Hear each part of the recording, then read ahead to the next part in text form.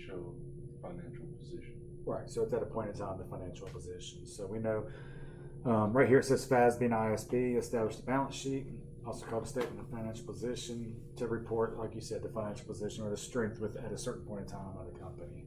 We know that the elements on this is the accounting equation: assets equals liabilities plus equity. So these are the elements that we're going to be accounting for on here. Balance sheet reports the financial position from two perspectives: specific resources the company controls, so we know that, the assets of the company, and then claims on the company by the persons or entities that provided the capital or whatever the means were to be able to obtain those resources. So that's two perspectives: the ownership part of it, the assets, and then what we owe to the people who provided it. So now the other four financial statements are going to report the changes in the financial position of a company, right? So we know the balance sheet is that snapshot at a point in time, right? Well, the other statements that are included within the complete set of the annual report or the comprehensive financial section of the financials at the end of the year, these report the changes in it. So all the activity on the other things is going to eventually close, and that's going to be the point in time on the balance sheet. So the income statement has the elements of revenues, expenses, gains, losses, and then that's going to be net income. So that's going to be measured in terms of changes in assets and liabilities. Okay, so we know the revenues, expenses, gains, and losses. What they're saying here is there's a direct relationship. As you incur those revenues, expenses, gains, and losses, that's going to have a direct effect on your liabilities and your assets on your balance sheet, which makes sense, right? Because everything's closed to equity, which is your net assets. So there's a direct relationship between all of these components. Okay, the elements of the comprehensive income statement, primarily unrealized gains and losses, are going to be measured in terms of changes in the values of certain types of assets and liabilities. So other comprehensive income or comprehensive income, that's going to be other elements that's not actually recognized in the determination of net income. It's below the income statement, okay? The statement of cash flows explains changes in financial position in terms of cash inflows and outflows during a period. We talked about the statement of cash flows a little bit last meeting or last chapter. So that just shows the change in cash in and out. So it's pretty much pulling the cash out of the accrual, right? That's showing where the cash actually went as opposed to it being accrued. And then lastly, the statement of shareholders' equity is going to report the owner's claims on the company and how those claims change during the period, right? So the statement of owner's equity obviously is just telling about the owner's equity within a company and how it's changed and what items enter in to determine what the changes were. So everyone good on what the purpose of the balance sheet is? So this is just a little flow chart here on the articulation of financial statements. So we have the beginning balance sheet. So we know assets, liabilities, shareholders' equity, right? Then from there, transactions, events, and arrangements.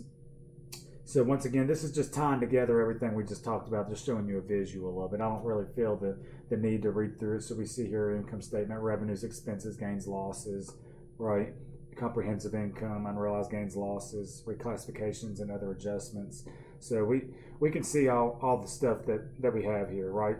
Statement of cash flows, operating, investing, financing, and eventually we can see here the ending balance sheet. So we start here, right? And then, like it says here, the transactions, events, and arrangements takes place on the income statement, statement of cash flows, statement of shareholders' equity, and then remember it's all related. So then we have another ending balance sheet here showing the change in the position of a company. Okay, recognition on the balance sheet. So to provide relevant and faithfully represented information about assets, liabilities, and shareholders' equity, the company must determine what, how, and where to report the elements of the balance sheet, right? So we need to know, like it says here, step one, what? So what elements are we even going to recognize, right? So we have to know what elements to recognize. Obviously, it's assets, liabilities, or equities, but within each one of those elements, we have different components, and we need to know whether or not there's recognition that is going to be involved. Step two is how. How do we measure these elements? So is it going to be fair value? Is it going to be present value? Is it going to be historical cost, historical value, so on and so forth? So how are we going to actually measure these elements? And where do we report or classify the elements on there? Is it going to be assets? Is it going to be a liability? Is it going to be equity? So we need to know the characteristics of these elements to know where they're going to be reported. So what, how, where? So what elements are recognized on the balance sheet? Let's talk about what recognition is. It's the process of pretty much formally recording something into the accounts on the balance sheet. Is all recognition is. It meets the definitions of the assets, whatever the liabilities, whatever it is, and the what, where, how, or what, how, where, right? So now we're going to recognize it. That just means to formally incorporate it into the financial statements. So the elements of financial statements are going to be defined in FASB, Statement of Financial Accounting Concepts number 6. The elements of the balance sheet are obviously the assets, liabilities, equities. We've established that. And it says here, in order to meet the definition of a balance sheet element, an item must be measurable, relevant, and faithfully represented, right? So now we're getting back to this framework that GASB and the FASB gave us, not GASB, but FASB gave us, right? Got into GASB, we had that in government, but FASB, the framework that FASB gives us. So it says they must be measurable, relevant, and faithfully represented. So let's talk about assets. So once again, assets are economic resources used to carry out a company's business activities. So we know what assets are, right? We know that we own those, and they're going to produce revenue for us. Stuff like cash, AR, stuff like that. So it says here, an economic resource must possess all the following characteristics to be considered an asset. So probable future economic benefit. So like say, if we have a piece of machinery, that's going to produce a probable economic benefit in the future, right? Because it's going to help produce revenues. Control. So the company has to actually have control of that. So legally or physically, both legally and physically, really. So we have to control that in order to call it an asset, because if not, it's going to be a liability, right? And then acquisition. So the transaction or event giving the company the right to control over the future benefit must have occurred. So we have to have actually acquired it from another party at some point in time, right? So probable future economic benefits. We control the asset, and there has to be some type of transaction that triggered the right for us to have that asset, right? So it's good to know that assets can be grouped into two different categories. We have monetary assets and non-monetary assets. What do you think is the difference between a monetary asset and a non-monetary asset? I guess a monetary asset would be like cash or like maybe stock. Right, like it's like cash and then claims to those rights, like you know what I mean. So it's that stuff of that sort. So it's more of a financial, like you said, an instrument, like we're stock, stuff of that sort. So it's just a monetary value, right? So we usually know there's like a fixed price for it, right, within an open market. So it's a monetary items like cash, stuff of that sort. Then obviously non-monetary items is going to be something that's not just an actual monetary item, right? So it says here. Represents future potential service, so stuff like fixed assets, stuff of that source, right? So it says here, resources used by the company to produce goods and services. So obviously we know that could be their machineries and their plants and equipment, and that makes sense because it's non-monetary, right? It's an actual physical asset, right? So monetary assets and non-monetary assets, we're good on that, right? So let's move on to liabilities next. These are probable future sacrifices of economic benefits in the future. So we know we have to either satisfy these liabilities through the use of expenses. So we consume assets to satisfy these liabilities, meaning pay cash, or if we provide a good or a service through the use of using our non-monetary assets like our machines, stuff like that. So it means we owe someone else, right? Liabilities, long and short. It's a sacrifice we're going to have to make in the future because we owe either on a note, which is going to have interest element and the principal element. So we've established what a liability is, right? It's stuff that we owe to creditors that we do not owe. It's the creditors' claims to our assets, right? So a company's obligation must have all of the following characteristics to be recognized as a liability. So transfer, it must involve a responsibility that will settle by a sacrifice involving the transfer of assets, provision of services, so on and so forth. So we know there's going to be a transfer of some type of exchange in the future, right? Like I said, a good or service or monetary value. it can be non-avoidable, so we can't just say, hey, sorry, I know I owe you $100,000, but you know what, man, we're good, we're even, right? So you have to pay it back, non-avoidable. So and this is usually going to be accomplished by contract, right? Legally binding contract, and it must have been incurred. Once again, the transaction or event must have happened or transpired, for there to be an actual liability, same as an asset, right? So there has to be some type of event triggered between two parties in order to trigger this liability. So it says here, some liabilities are not recognized until the company receives the benefits and becomes obligated to pay them. So, for example, executory contracts are contracts in the process of being fulfilled, such as a purchase order. So we know that a lot of times companies will place a purchase order, and a lot of times it's a specific order only for that customer, right? So it's not going to be good to anyone else, right? So because it's a specific order, it's tailored to our needs, right? So executory contracts, those could be a liability.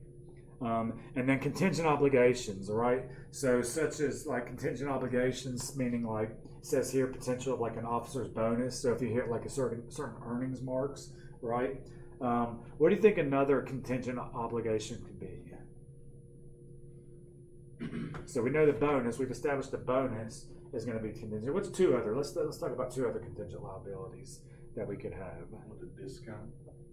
Well, a discount kind of could be. A liability is kind of a contingency. It's in a way this could be a contingency, like a warranty expense, like a warranty obligation. So if we provide a warranty to a customer, right, that's contingent upon whether the product or service goes wrong, right? So then it's a contingency to us, because if it does, we have to fix it, right? So we would accrue for a warranty expense based upon that contingency. What about a litigation, like unsettled lawsuits? Like if the company's being sued, say from a patent infringement, or from the process in the business of like mining oil, and we have an oil spill, so the EPA is fining us. So contingent lawsuits, so unknown positions under pending litigation is also something of a contingent obligation. So once again, these are just some examples of different types of liabilities: executory contracts and contingent obligations. Everyone good on assets and liabilities? We know the difference between the two and the different types. So what's two different types of assets we could see? That's two different categories of them. Monetary and non-monetary. Right. So good job. Okay, now let's talk about shareholders' equity. All right. So once again, equity is the residual interest in a company, right? So the owner's residual interest after we've satisfied all liabilities, right? So it's the difference between assets less liabilities equals your equity, right? So equity is known as the same thing as net assets, right? Or the book value of a company, okay? So equity is your net assets and book value, right? Because that's the residual claim that the owners have against the assets once liabilities are satisfied. Okay, balance sheets separate total shareholders' equity into three general categories. The first being contributed capital. Now, this is amounts that are invested by the owners. So contributed capital would come in the form of where we issue preferred stock, common stock, and then additional paid in capital if it was issued out above par value, right? So we see that with the preferred stock, what could be a component of stockholders' equity, common stock, and then APIC, additional paid in capital. So those are your contributed capital accounts there. Next, earned capital. That's going to be retained earnings, okay? And then your accumulated other comprehensive income. Because remember, we have net income, right, which is the upper part of the statement or separate statement.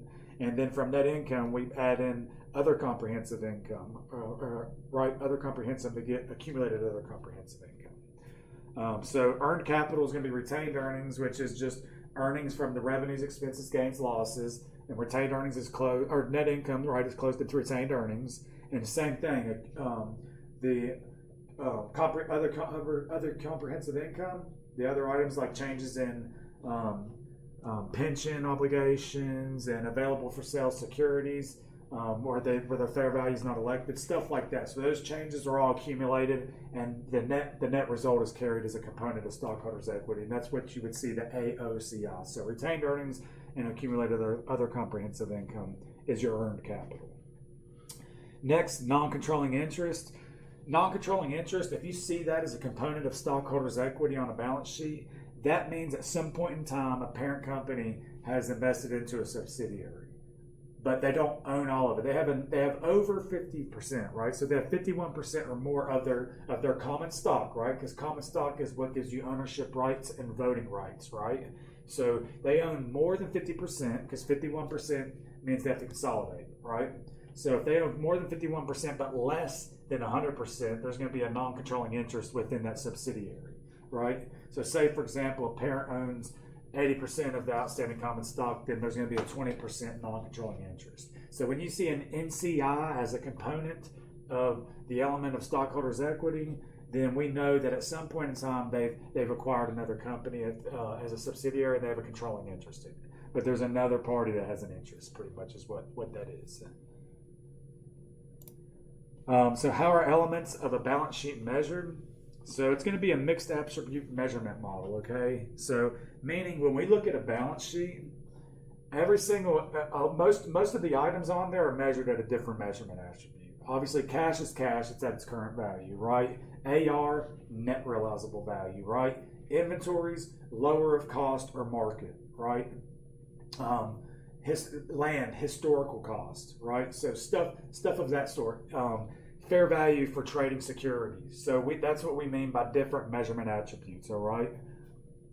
Measurement models that reflect historical values include historical cost or acquisition cost. So pretty much just what we buy land for. I buy a tract of land for $100 from you. That's our historical cost. We're carrying it on the balance sheet at historical cost. What we exchanged, what the barter was between me and you, the transaction price. Originally incurred obligation amounts, so liabilities. Allocated historical amounts for assets and liabilities allocated over time. And then the initial present value of assets and adjusted present value of liabilities. So that gets into the time value of money concept, which I believe was covered in principles of just, and it's pretty simple with the initial present value and adjusted present values. Remember, you just have your little charts and it gives you the percentage points, and then you just move over and down for the amount of periods and stuff. Does that kind of ring a bell with those charts? So that's what we're talking about there. Measurement models that reflect current values or a combination of historical and current values are going to include fair values. So assets and liabilities, we need to be measured at fair values, certain ones. So fair value, what an example of that is if we have a trading security, right? So if we have a security like a stock that we're actively trading for speculative purposes, meaning for the short-term gain, then we need to mark those securities to market, meaning at the end of the accounting period, we're either going to have a holding gain or loss because that stock constantly moves, unlike the New York Stock Exchange, right? So at the end of the period, say we buy into it at 10, it goes up and down, then maybe at the end of the period, it locks in at 15 on December 31st, 15 a share. We have a holding gain of $5. So we have to remarket that and recognize a gain for a holding gain and bring our securities up to fair value. So there's a fair value example. Present value. That's a good example is leases. I'm sure that this intermediate's where we get into lease. It might even be intermediate too, but leases, if you're the leasee, the present value of the minimum lease payments due is how you actually would value a lease payment or your lease liability. Current replacement cost, that's what, say if I've disposed of an asset or if I lost it, and if I'm going to use current replacement cost as my measurement attribute, then that means pretty much what I would have to give to be able to acquire that in a free market again. So whatever the current price of it is the current replacement cost. Net realizable value, that's for assets. Net realizable value is going to be the price that you expect to receive after it's all prepared and in the condition to sell, right? So net realizable value. Let's see here. Let's talk about the historical cost and adjusted historical cost. So once again, the historical cost is the acquisition cost, right? Once again, acquisition cost, historical cost of an asset is the amount paid initially to acquire the asset. We established that. The cost of an asset is measured by the cash paid for the asset, including shipping, installation, setup, and testing. Okay, so what we mean by that, if we're ordering a piece of machinery, right? We're a manufacturing firm in a manufacturing industry, right? So we've ordered a piece of equipment that's from an actual distributor, right? And they're going to provide us that piece of equipment. They're going to ship it to us and everything, whether we pay shipping costs or whether the seller pays the shipping cost. Whatever cost included, the general rule here is all costs included to get the machine ready to produce, right? So that makes sense why the cost of an asset's by the cash paid for it, shipping and handling, insurance, cost to get it set up, and in its running position and intended to operate. Does that make sense? Okay. Same thing as far as like inventory. That's going to be the same way we inventory cost, right? So it's going to be all the cost incurred to get that item ready for sellable condition on the shelves, right? So everything incurred is going to be included in inventory. Same thing with our assets on the fixed asset thing. For liabilities, this is the amount of the originally incurred obligation. Then the adjusted historical cost reflects the gradual consumption of the economic benefits of some assets over their service life. So, for example, depreciation, right? So, once again, that makes sense how we adjusted historical cost, because we have our original historical cost less the accumulated depreciation, which gives us the book value or the carrying amount, right? So we've adjusted that historical cost, right? But we can still see the original cost by looking at the asset account, and then the contra account of accumulated depreciation will bring us down to what the book value or the net carrying value of the asset is. Okay, everyone good with historical cost on assets and liabilities? Okay, now let's talk a little bit about present value and adjusted present value. So companies typically recognize monetary assets and liabilities using present values, okay? So a monetary asset or liability is initially recognized in the financial statements using interest rates appropriate for the particular financing arrangement at the time, right? For monetary assets and liabilities due within 1 year, US GAAP and IFRS permit companies to ignore discounting the time value of money. So if it's within a year, then we can ignore the time value of money, right? Anything outside of that parameter, we need to consider the time value of money, okay? The adjusted present value reflects the change of the present value of the cash flows due to the passage of time. So that makes sense, right? We know that the value of money changes over time due to inflation, whatever it might be. You know, the economy doing good, doing bad, with interest rates, whatever it could be, right? So we know these different elements are going to affect the value of money, right? So let's talk about fair value. US GAAP and IFRS require that certain types of assets and liabilities be measured at fair values, okay? So some examples here is trading securities. Once again, we discussed that. So the fair value of a trading security, that's where a company is holding it for the short term for speculative purposes. When I say speculative purposes, they're speculating, meaning that's for a profit, right? Hedging is to offset or mitigate a risk. Speculation or speculative purposes is for the gains in a short period. So anytime there's trading securities, then that's going to be carried at fair value. Meaning at the end of the reporting period, the same example we used, we need to find whatever the fair value of our trading security is and market the market and recognize a holding gain or loss and adjust the investment account portion appropriately, right? Investment in securities available for sale. That's going to be another one, same thing. If we have securities and if they're available for sale, then we need to account that for fair value.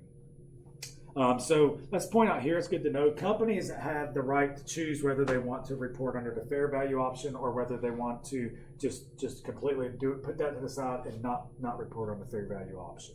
Okay. So, but once elected, the company with that particular asset must, throughout the time of holding that asset, they have to keep that reporting, right?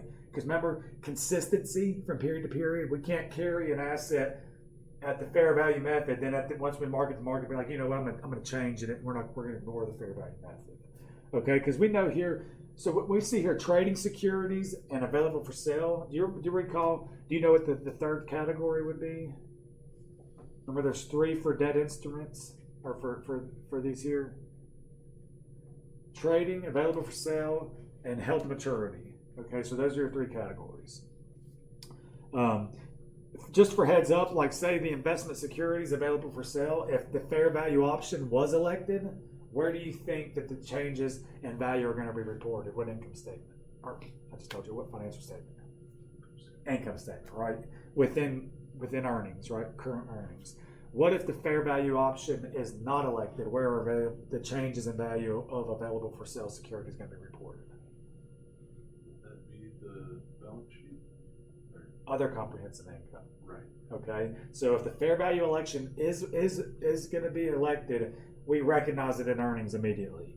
If we do not elect the fair value option, okay, then the changes are going to be recognized in other comprehensive income. Because remember, that's the change in the other stuff that's not been realized. So we're holding that as a component of equity. So the AOCI, remember the accumulated other comprehensive income of as far as earnings for the equity, that's where it would be. I just wanted to point that out here, and I know we'll get to that later. So how is fair value measured?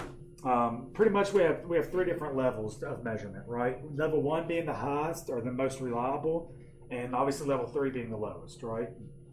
Level 1 is pretty much if we have a stock and it's traded in an active market, okay, obviously that's the highest level because we know exactly what it is. It's an active market, right? So if we have an asset like a security trading on the New York Stock Exchange, all we have to do is just get a level 1 input because that's an active. Your security's trading in an active market.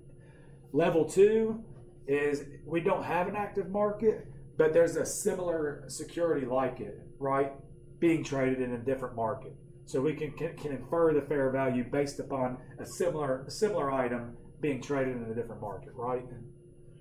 Level 3 is if neither one of those levels 1 or 2 is existed. So we're not trading in an active market. We can't find something that parallels it to it or relates to it a lot in a different market that's actively trading. So level 3 is going to be like internally, like management's best estimation, right? So it's what they would figure it to be the true fair value, and that's taking in all the different components or the elements that could affect what the fair value would be, right? And it can't just be an unrealistic measurement for level 3, okay? These are the unobservable inputs. So there has to be pretty much like if you were an outsider and I was an insider, we'd have to kind of generally agree on the fact of what the fair values would be. So that makes sense. While level 1 within the fair value hierarchy with the actively traded markets is going to be the highest and most reliable because it's exactly what it is. And while level 3 would be the lowest because it's unobservable inputs, right? It's just what we're going to sit down if we had a company and say, hey, this is what we think this fair value is going to be. So we're good on the fair value measurements and the hierarchy there. Okay, current replacement cost and net realizable value. Current replacement cost is the amount that a company would have to pay currently to reacquire that asset in the marketplace, right? So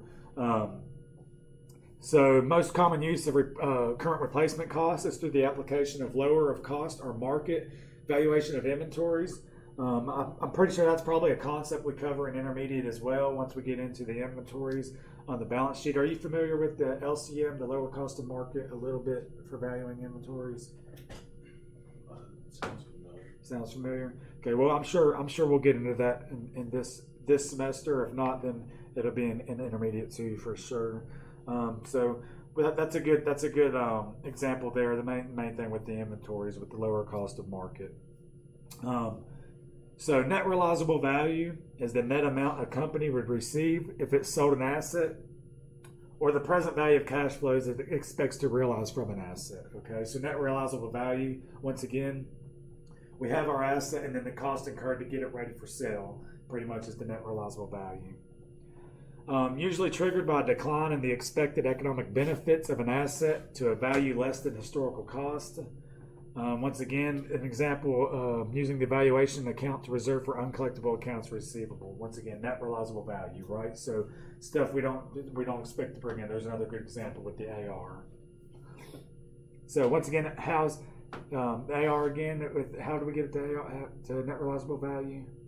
And we have the gross trade account of accounts receivable. Then what do we have that brings it down to it? The costs required to sell it. That's one thing, but we're talking about on the AR now, the aspect of AR, because that's what they expect to receive. Like if we have an asset we're going to sell, the net realizable value, if we would sell it, is the cost, and then the cost included to sell it, right? But now for the AR, remember accounts receivable are carried at net realizable value. We have the gross account receivable, and then we have the net realizable value. How do we get to there again? Allowance for doubtful. The allowance for doubtful accounts, right? So that's the way in which the accounts receivable is carried at net realizable value. So how are items classified and reported on the balance sheet? So obviously we have assets, we have current assets, right? Long-term investments, property, plant, and equipment, intangible assets, and other assets. So those are going to be the assets. Liabilities, current liabilities, non-current liabilities, right?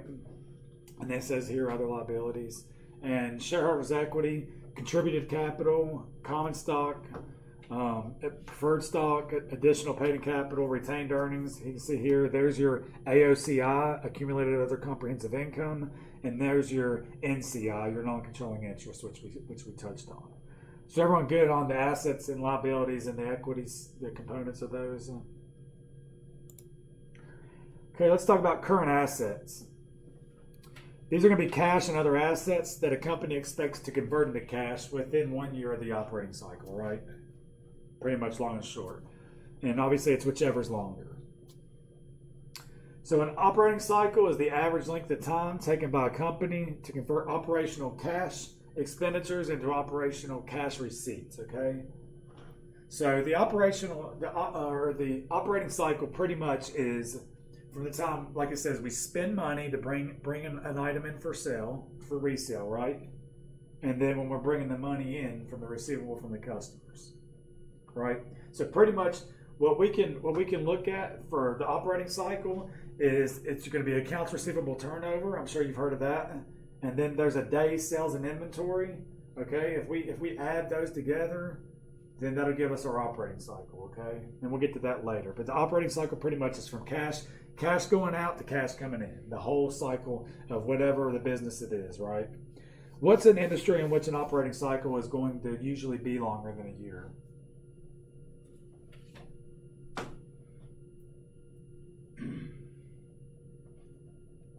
Think about if we're building this building. Realty? Construction, right? Because there's long-term construction contracts. That's the long-term accounting for that. So that's an industry in particular to where their operating period is usually longer than a year, which makes sense because you start building these massive buildings. It's just almost impractical, impossible to get them built within a year, right? So their operating cycle, because obviously that's their operating cycle because that's their project, right? That's their service or their good they're providing as a building. So just wanted to point that out. So just an example to show what an operating cycle is. So construction industry usually has a longer than a year operating cycle. That's why it's always saying or consumed within 1 year or the normal operating cycle, whichever's longer. So that's why that is always relevant when you always hear me say that. Okay, the current assets section of the balance sheet, once again, we went through all these in detail the other day. We're not going to go through them, so you can just see here pretty much. They're listed in the order of liquidity, okay? Then it just breaks down inventories. We know this here. This is obviously going to be a manufacturing firm because we can see raw materials, work in process, and finished goods. So we can see that's their inventories. Then prepaid items, obviously like insurance, office supplies, stuff of that sort. So listed in the order of liquidity here. Types of current assets, cash, obviously, cash and cash equivalents. What's a cash equivalent?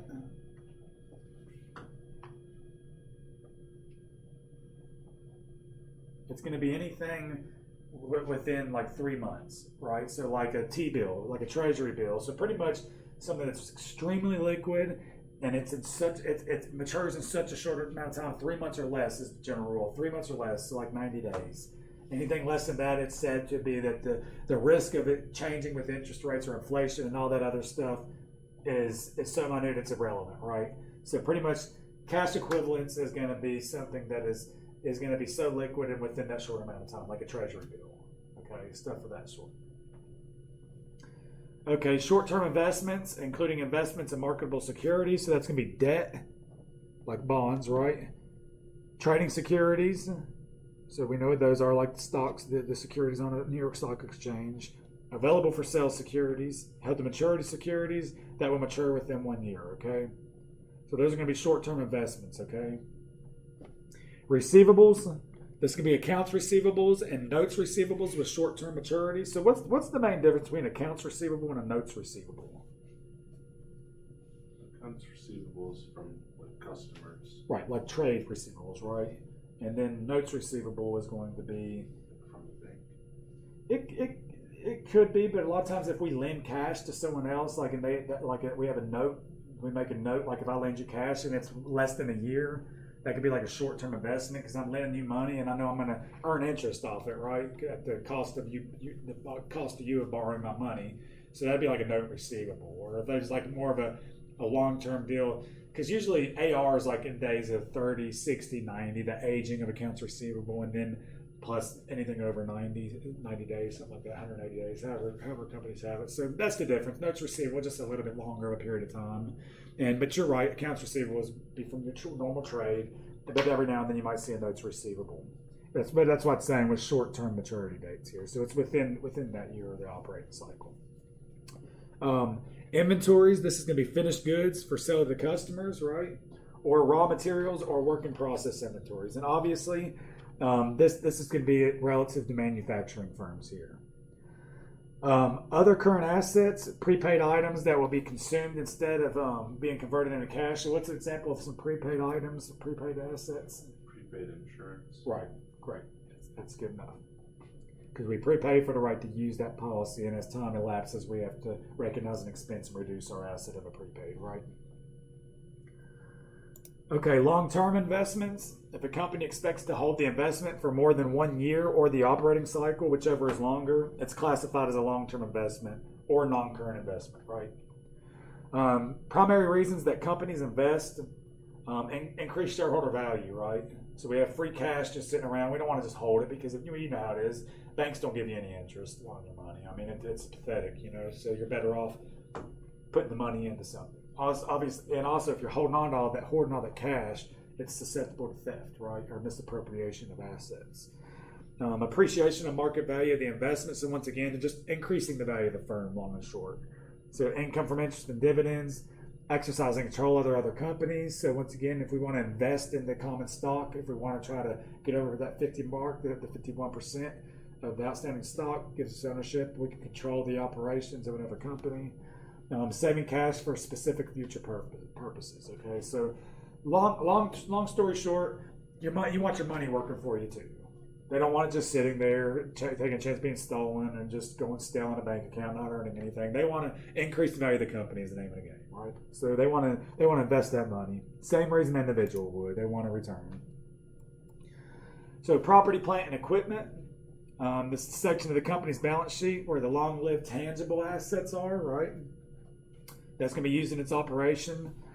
It says here the depreciable cost of all the fixed assets are allocated to expense over the expected service life of the asset, except for the construction and progress, which will become depreciable once it is completed and put into service, and then land. So we know land is carried at historical cost, not subject to depreciation, right? Fixed assets, we allocate it to expense, meaning we're going to incur an expense on our income statement every period, right? Based upon whatever the systematic allocation is, whether it be in straight line or like double declining balance, some of the year's digits, if it's like an accelerated method, right? Point out here, construction in progress. Okay, if we have construction in progress, there's a formula we go through with the average accumulated expenditures, and we'll probably get to that later within this course as well. Sorry, my eyes really itching me today. So what they're saying here is when an asset is under construction, so if we're developing our own machinery for like manufacturing purposes, instead of actually expensing that interest, we're going to capitalize it, right? Okay. Leasehold improvements are substantial improvements to assets held under a lease. So once again, if we have a lease that say I'm leasing a building from you and I want to do a leasehold improvement to it, so I'm going to count that as a leasehold improvement as my asset, being the leasee, right? So that's my asset, not the lessor, it's the leasees. And these here, just to know the leasehold improvements, they're going to be amortized or depreciated over the remaining term of the lease. or the useful life of it, whichever is longer, right? Whichever one's longer, right? Okay, construction and process records the cost incurred to date when companies build new productive facilities. So once again, that's how we account for the stuff as we capitalize it, where we just talked about this part right here, except for construction in progress. So that's where we're going to debit that. That'll be our debit right there. That's an asset. So as we have construction in process, it records the cost incurred to date when companies build new productive facilities. So that's our asset. That's how we keep track of what money we've spent on it and the assets we have involved in it.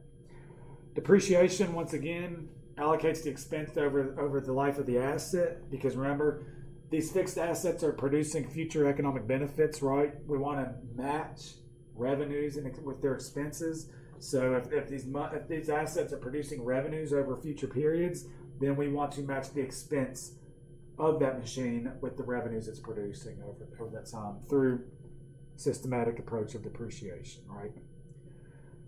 So it's allocation of expense over the expected service life of assets, and it also applies to tangible assets, right? Depletion is for natural resources, right? So depreciation is for fixed assets. Depletion is for natural resources like lumber or oil or gas, stuff of that sort. And then amortization is for intangibles. What is an intangible again? Something like a patent.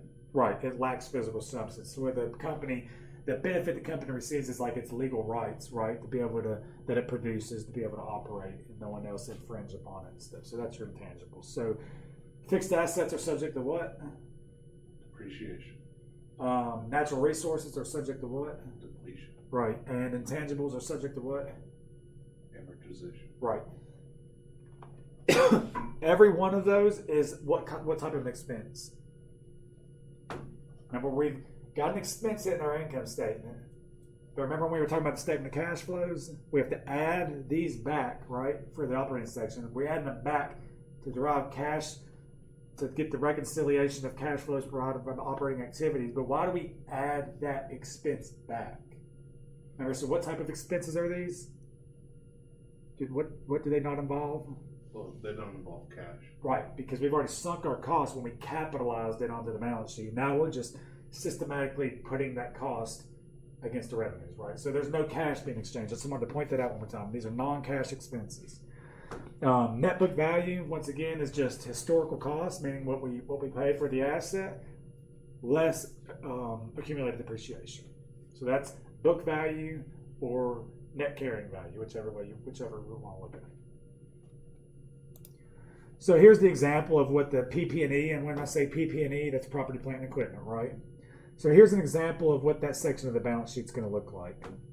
You can see here land, buildings, equipment. So these are the three components of the property, plant, and equipment here. We can see here's the original cost of each one of these relative assets. Here's the accumulated depreciation account. We know this is a contra account, right? Because this is a debit balance because they're assets. And remember, contra accounts are the opposite. So this is a credit balance, right? So if we take here land, why is there no accumulated depreciation? Why is the cost the same as book value for land? This land doesn't depreciate. Right, it's carried at historical cost. Buildings and equipment, we see they are netted against the accumulated depreciation for the net book value. So once again, 428 back out 207, you derive 221, right? So then here you just see the totals from them, and the cost, totals of accumulated depreciation, and totals of book value to make up the total PP&E. Simple enough, right? Okay, let's try to get through these intangibles, and then, or maybe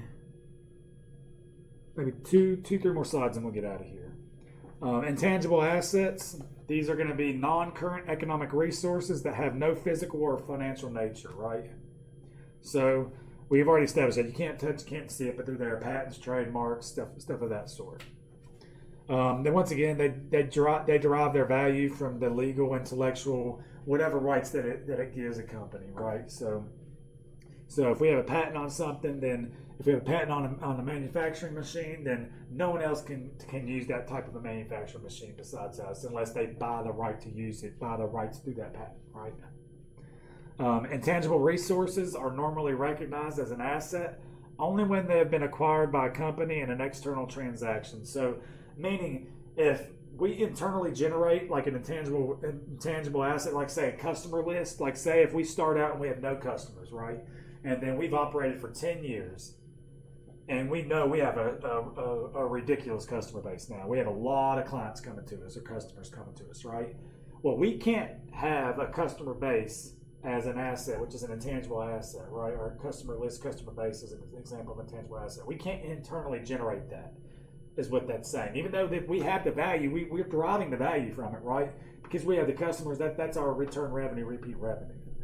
But the only way we can recognize those intangible resources as intangible assets on our balance sheet and carry them as an actual asset is if we would acquire it from another company. So if we would acquire a company. So if you ever see like customer lists or goodwill, something like that on a balance sheet, a company has acquired another company at some point. Okay, so I just want to tell you, it can't be internally generated, right? Same goodwill, you can't internally generate what you think goodwill would be. It has to be acquired through the acquisition of another company. The following three categories of intangible assets that have been acquired in external market transactions. Intangible assets with finite useful lives. So that means that there's a definite useful life, right? So we know, say it's 10 years, so it's going to be amortized over their useful lives and report on the balance sheet at their adjusted historical cost. So whatever we think the useful life is, say if we acquired a patent and we think that it's going to be 7 years, then we're going to amortize that over 7 years, right? Intangible assets with indefinite useful lives. So what's the indefinite useful lives mean? Never expires. Never expires. So the way we're going to do that, instead of just amortizing those, since it's indefinite, we're just going to annually test it for impairment, right?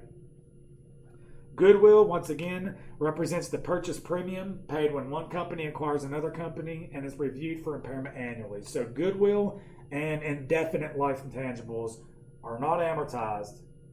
They're tested annually for impairment. Or if a situation gives rise to think that it would be impaired within the intra period, so within the year, it can be tested as well.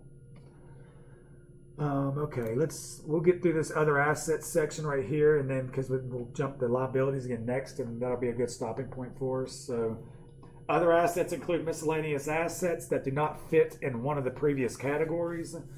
Examples include long-term prepayments, such as for rent, insurance, or licenses. Deferred tax assets, net. So the difference between book and tax income is what the DTA and DTLs are. That's deferred tax assets. Assets of a component of a company that is being discontinued. Advances to officers. Security deposits paid by the company. And assets temporarily restricted by foreign countries. So this is just an example of the non-current assets section of the balance sheet. Intangible assets, once again, we see here the trademarks and patents. And patents is net because it's net of amortization. And same here, total intangible assets. Everything good? I know we kind of moved at a pretty rapid pace today. Is everything making sense today? Everything makes sense? All right, so let's see here. We've got a pretty good jump on these. There is, yeah, we might have to carry over into Monday a little bit. We'll see. We'll see how it goes. I might even just continue to shoot it on Friday after class and catch us up so we can move on next week. We'll see how the material's going. So that's all I have for today. I'll be getting the quiz and the homework up for this chapter in the next day or two, so be on the lookout for that. I'll make sure you have plenty of time to be able to do it. And if no one has any questions or concerns, that's all I have for everyone today. And thank you for your time.